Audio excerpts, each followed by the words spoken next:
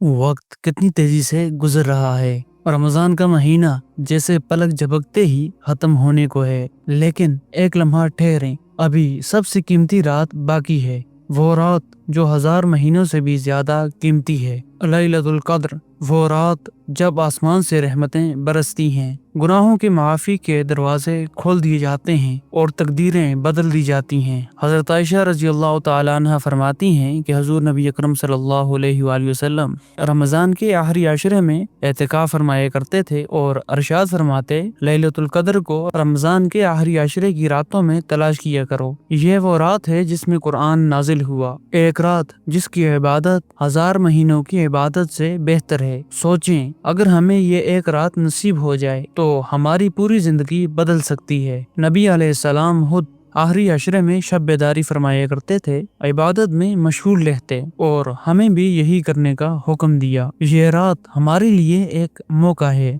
अपने रब से करीब होने का, गुनाहों की माफी का और अपनी तकदीर बेहतर करवाने का। तो क्या ये रात हम सोने में गुजार दें या फिर जागें, दुआ करें, नवाफिल पढ़ें और कुरान से अपना ताल्लुक मजबूत करें और अल्लाह की रहमत को अपनी झोली में भर लें। अल्लाह रब्बुल इज्जत से दुआ है कि हमें लैलतुल कद्र की बरकतें नसीब फरमाए, हमारे गुनाहों को माफ कर दे, हमारी दुआओं को कबूल करे और हमें अपनी रहमत के साए में जगह दे। यह मौका हर साल नहीं आता, इस बार इसे जाने न दें।